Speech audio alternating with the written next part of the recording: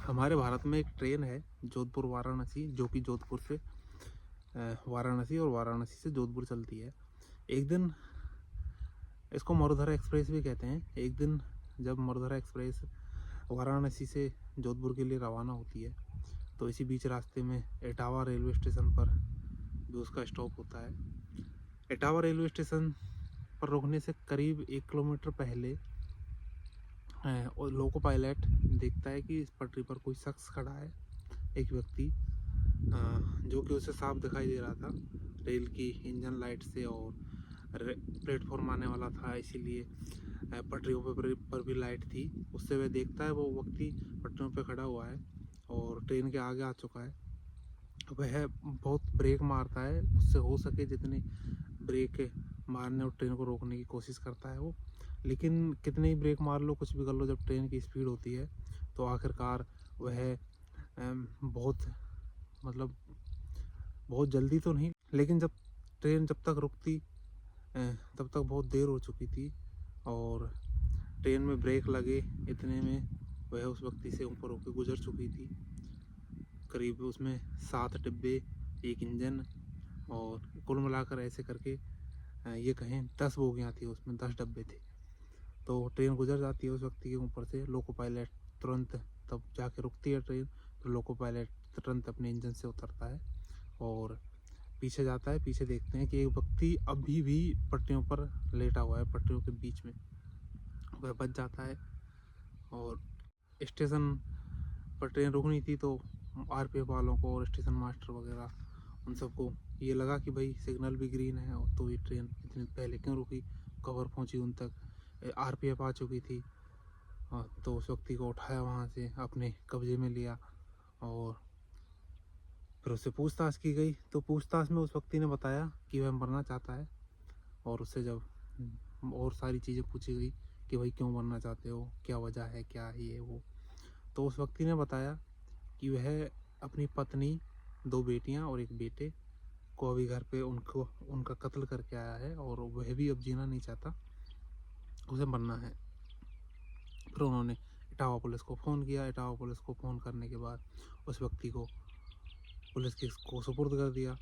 फिर व्यक्ति ने पुलिस के सामने सारी कहानी बयान की। दरअसल कहानी ये है कि इटावा का वो व्यक्ति सुनील शर्मा एक होलसेल का कारोबारी था, सोने का होलसेल, डायमंड वगैरह ज्वेलरी होलसेल का व्यापारी था। दिल्ली से वह सामान लाता और इटावा के छोटे बड़े व्यापारियों को बाजार माल होलसेल की रेट पर देता।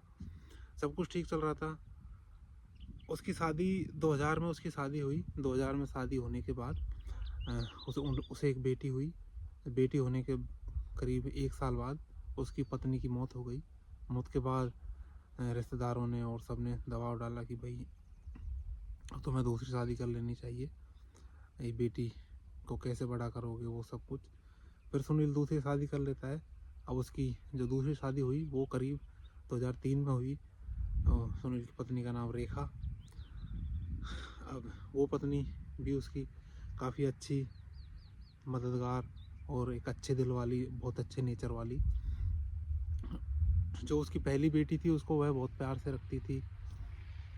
सब कुछ ठीक चल रहा था। फिर बाद में रेखा के भी एक लड़की हुई, उसके बाद में एक लड़का हुआ। रेखा भी एक बहुत अच्छे दिल वाली, बहुत खुशमिजाज और बहुत अच्छे नेचर वाली महिला थी। फिर बाद में उन सुनील और रेखा से उन्हें एक लड़की हुई, उसके बाद एक लड़का हुआ। तो सब कुछ ठीक ही चल रहा था। अब बड़ी बेटी थी, उसको वो कॉलेज में हो गई थी, वो दिल्ली यूनिवर्सिटी में बीकॉम की पढ़ाई कर रही थी। छोटी बेटी ट्वेल्थ में पढ़ रही थी इटावा में। बेटा भी एक 10 साल का था, वो भी इटावा में ही पढ़ रहा था। अब इसी बीच होता ये है कि सुनील से उसके रिश्तेदार और बहुत सारे रिलेटिव से उसके पास क्योंकि पैसा ठीक ठाक था, तो उससे कर्ज मतलब उधार ले लेते हैं और बाद में वो लौटाते नहीं है। ऐसे धीरे धीरे ऐसे करके सुनील उनसे मांगता था, तो बात टाल देते थे या फिर मना कर देते थे। अब वह उनसे परेशान हो चुका था। जब भी उनसे मांगता था तो हर तरफ ना में जवाब आता था। अब वह धीरे धीरे आर्थिक स्थिति उसकी कमज़ोर हो गई और वह आर्थिक तंगी के कारण जूझने लगा। उसे लगा कि घर चलाना मुश्किल हो जाएगा, तो फिर उसने उसकी पत्नी से कहा कि अब ये बहुत हो चुका और कोई किसी के काम का नहीं है, सब अपने अपने मतलब के हैं, तो मैं अब मरना चाहता हूँ। उसकी पत्नी ने समझाया कि मरोगे क्या मतलब है, हम किसके सहारे जिएंगे और वो सब चीज़ें जो होती हैं। तो एक दो बार उसने अपना प्लान कैंसिल कर दिया, लेकिन फिर कुछ दिन गुजर जाने के बाद फिर पति को वही सुनील को वही ख्याल आया। तो फिर पत्नी ने उसे समझाया कि देखो, अगर तुम्हें मरना है तो ऐसा करो, मैं तुम्हें मना नहीं करूँगी, लेकिन मरो तो हम किसके सहारे जिएंगे, फिर हमें पहले हमें मारना फिर खुद मरना। उन्होंने कहा ठीक है। अब सब कुछ चलता रहा। अब इसी साल, ये जो अभी दिवाली से पहले करवा चौथ आई थी, उस दिन सुनील ने कहा कि चलो, वो बीवी उसकी पत्नी रेखा जो कि उसकी लंबी उम्र के लिए दुआ मांग रही थी, लेकिन सुनील ने कहा कि नहीं, दुआ मांगने की, व्रत रखने की कोई ज़रूरत नहीं है, मुझे मरना तो है ही है। फिर पत्नी ने समझाया और फिर उससे यही कहा कि मरना है तो हमें साथ लेके मरना, अकेले मत मरना। ऐसे दिन गुजरते गए। अब दिवाली आ जाती है, दिवाली पे बेटी भी दिल्ली से आ जाती है, सब परिवार एक साथ दिवाली मनाते हैं। फिर उसके बाद एक दिन सुनील ये सब इस घटना को अंजाम देने की सोचता है। फिर सबसे पहले वह उसकी बीवी को फांसी के फंदे पर लटकाता है। अब रस्सी कमज़ोर निकली और या फिर यूँ कहें सही ढंग से प्लान हो नहीं पाया, तो वो रेखा बच गई और प्लान उस दिन कैंसिल हो गया। फिर कुछ दिन जाने के बाद फिर सुनील ने फिर दोबारा से ये कदम उठाया। तो इस बार अ, सब कुछ सही रहा और उसकी पत्नी मर चुकी थी। उसके बाद उसने अपनी बेटी का कत्ल किया, फिर दूसरी बेटी का कत्ल किया, फिर बेटे का कत्ल किया।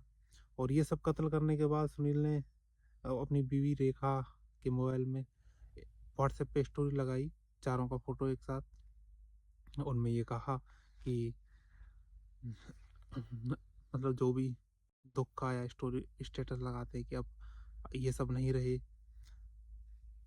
बाकी लोगों ने ये सब चीज़ें देखी, तो फिर वो रिश्तेदार, आस पड़ोस वाले सब सब भागे चले आए घर की तरफ। तो वहाँ सब ने आकर देखा तो ताला लगा हुआ है। और इसी बीच सुनील ये सब चीज़ें एक इटावा के पुलिस अधिकारी को भी भेज चुका था, क्योंकि वो व्यापारी था तो पुलिस से जान पहचान भी थी। पुलिस अधिकारी को भेज चुका था। तो इतने में भीड़ इकट्ठा हुई घर के आसपास, घर का ताला लगा हुआ था। इतने में पुलिस भी आ पहुंची। हुआ पुलिस ने कई लोगों को गवाह बनाया और जब उस घर का ताला तोड़ा गया, अंदर जाया गया, तो पुलिस ने देखा, पुलिस और जो वो जिस भी व्यक्ति ने देखा, सबके होश उड़ गए। चारों की लाशें फंदे पर झूल रही हैं और वो सब।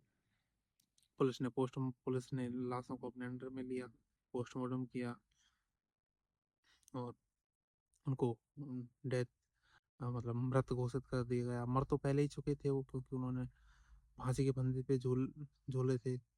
तो इस कहानी से हमें ये सीख मिलती है, या फिर हमें ये सोचना चाहिए कि अगर इंसान मर जाता है, खुदकुशी कर लेता है या फिर किसी की हत्या कर देता है, हम दुखों के सहारे जी सकते हैं। मतलब जीना बहुत मुश्किल हो जाता है, लेकिन कोई भी दुख अगर हमारी ज़िंदगी में आएगा, तो ये सोचो ना कि दुख के सहारे हम भला कम से कम जिंदा तो है। एक बार मरने के बाद इंसान ना दुख फील कर पाता, ना सुख फील कर पाता। वह कोई कुछ चीज़ें फील ही नहीं कर पाता। तो कम से कम ऐसे संकट में और उन सब चीज़ों में, अब सुनील भी गरीबी में जी सकते थे और वो सब अ, हो सकता था, लेकिन कई कई बार लोगों को समझ नहीं आता। तो ऐसी चीज़ों का ध्यान रखें और ऐसे कदम ना उठाएं। आपकी ज़िंदगी अनमोल है, आपके लिए ना सही, आपके घर वालों के लिए, आपके चाहने वालों के लिए। जीवन बड़ी मुश्किल से मिलता है, इसे अच्छे से जिएं, अच्छे से संवारें, ऐसे फालतू में इसे ना गंवाएं। तो आज की कहानी यहीं तक थी। मिलते हैं किसी नई कहानी में। और आप हमारे वीडियो अगर फेसबुक पर देख रहे हो तो फेसबुक पेज लाइक करो, और यूट्यूब पर देख रहे हो तो चैनल सब्सक्राइब करो। तब तक के लिए धन्यवाद। जय हिंद।